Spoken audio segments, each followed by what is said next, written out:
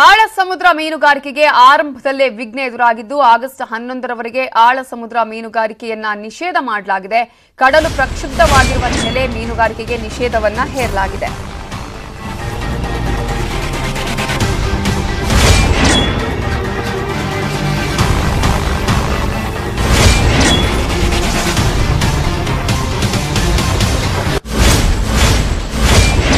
ಮಂಗಳೂರಿನ ಬಂದರಲ್ಲೇ ಲಂಗರು ಹಾಕಿದೆ. ನೂರಾರು ಬೋಟ್ಗಳು ಆಗಸ್ಟ್ 1ರಿಂದ ಆರಂಭಗೊಂಡಿತ್ತು ಮೀನುಗಾರಿಕಾ ಋತು. ಆದರೆ ಪಶ್ಚಿಮ ಘಟ್ಟಗಳಲ್ಲಿ ಭಾರೀ ಮಳೆಯಿಂದ ಕಡಲಬ್ಬರ ಹೆಚ್ಚಿದೆ.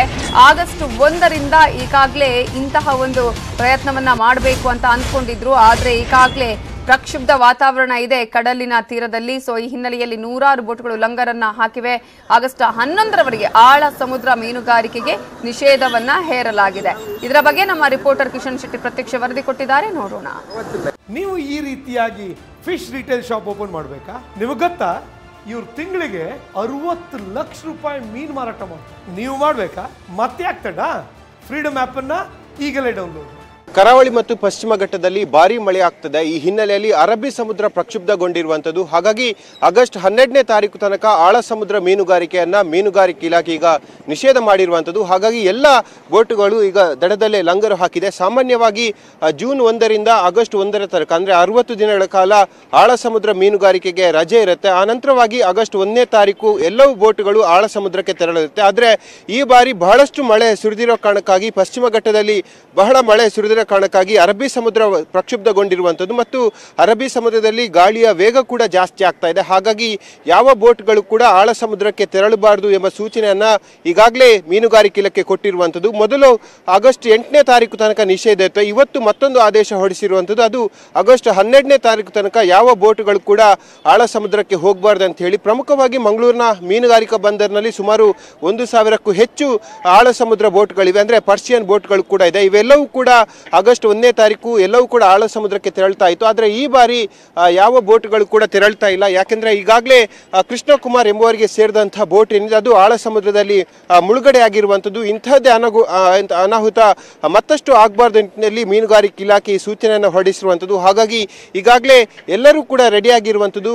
ಹೊರ ರಾಜ್ಯದಿಂದ ಬಂದಂತಹ ಮೀನುಗಾರಿಕಾ ಕಾರ್ಮಿಕರು ಬೋಟ್ಗಳನ್ನು ಸಿದ್ಧಪಡಿಸ್ತಿದ್ದಾರೆ, ಬಲೆಗಳನ್ನು ಸಿದ್ಧಪಡಿಸ್ತಿದ್ದಾರೆ ಮತ್ತು ಬೋಟಿಗೆ ಐಸನ್ನು ತುಂಬಿಸುವಂತ ಕೆಲಸವನ್ನು ಕೂಡ ಮಾಡ್ತಿದ್ದಾರೆ. ಯಾಕೆಂದ್ರೆ ಆಳ ಸಮುದ್ರಕ್ಕೆ ಹೋಗುವಂತಹ ಬೋಟ್ಗಳು ಸುಮಾರು 1 ವಾರಗಳ ಕಾಲ ಆಳ ಸಮುದ್ರದಲ್ಲೇ ಮೀನುಗಾರಿಕೆಯನ್ನು ಮಾಡಿ ಆ ನಂತರವಾಗಿ ದಡಕ್ಕೆ ಬರುವಂಥದ್ದು ವಾಡಿಕೆ. ಈ ಸಂದರ್ಭದಲ್ಲಿ ಲಕ್ಷಾಂತರ ರೂಪಾಯಿ ಮೌಲ್ಯದ ಮೀನುಗಳು ಕೂಡ ಬೋಟ್ನಲ್ಲಿ ಕೂಡ ಇರುತ್ತೆ. ಹಾಗಾಗಿ ಯಾವ ಬೋಟ್ ಮೀನುಗಳು ಹಾಳಾಗಬಾರ್ದು ಅಂತ ಹೇಳಿ ಐಸನ್ನು ತುಂಬಿಸುವಂತ ಕೆಲಸವನ್ನ ಕೂಡ ಇಲ್ಲಿ ಕಾರ್ಮಿಕರು ಮಾಡ್ತಾ ಇರುವಂಥದ್ದು. ಹೊರ ರಾಜ್ಯ ಅಂದ್ರೆ ತಮಿಳುನಾಡು, ಆಂಧ್ರ ಪ್ರದೇಶ ಮುಂತಾದ ಭಾಗಗಳಿಂದ ಬಂದಂತಹ ಕಾರ್ಮಿಕರು ಈ ಕೆಲಸವನ್ನ ಮಾಡ್ತಿದ್ದಾರೆ. ಪ್ರಮುಖವಾಗಿ ಕರಾವಳಿ ಭಾಗದಲ್ಲಿ ಅತಿ ಹೆಚ್ಚಾಗಿ ಮಳೆ ಸುರಿತಾ ಇದೆ. ವಾಡಿಕೆಗಿಂತ ಹೆಚ್ಚಾಗಿ ಮಳೆ ಸುರಿತಿರುವ ಹಿನ್ನೆಲೆಯಲ್ಲಿ ಅರಬ್ಬಿ ಸಮುದ್ರ ಕೂಡ ಪ್ರಕ್ಷುಬ್ಧವಾಗಿರುವಂಥದ್ದು ಮತ್ತು ಸಮುದ್ರದಲ್ಲಿ ಗಾಳಿಯ ವೇಗವೂ ಕೂಡ ಜಾಸ್ತಿ ಆಗ್ತಾ ಇರುವಂಥದ್ದು.